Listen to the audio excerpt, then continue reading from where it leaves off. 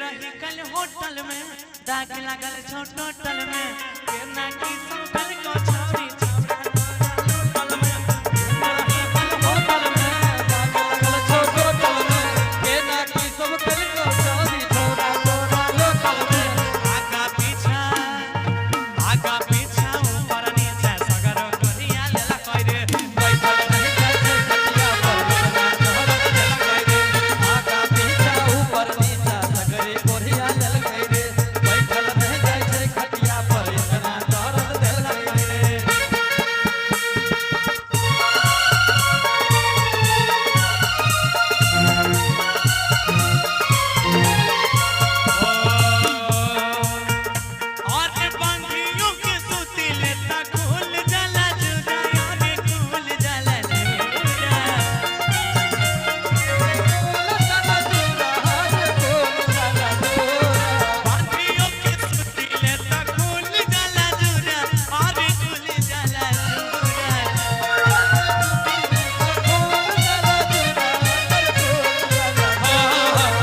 सपना देखिले बुरा बुरा मजा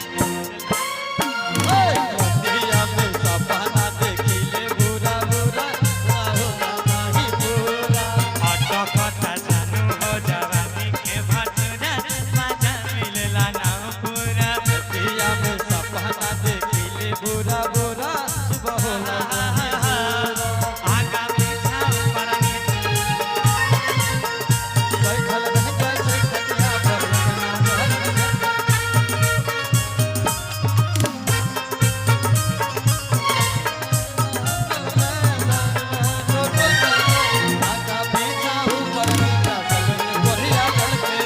बैठल रह जाय खटिया पर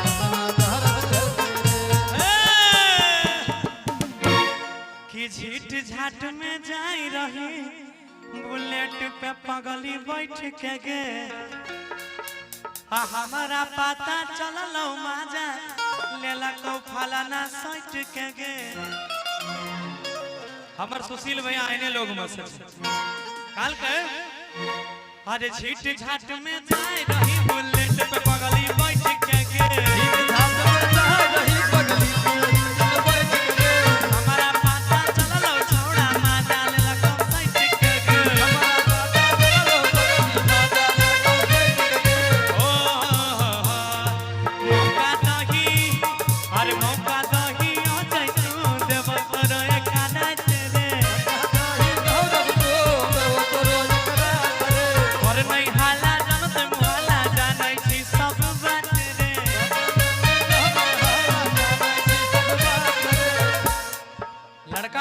लड़की कैसे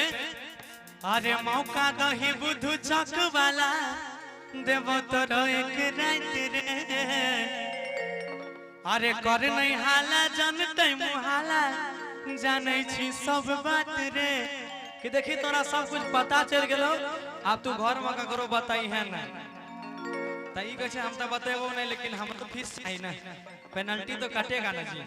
है कि नहीं तब कहे लड़का आगा पीछा ऊपर नीचा सगरो कोरिया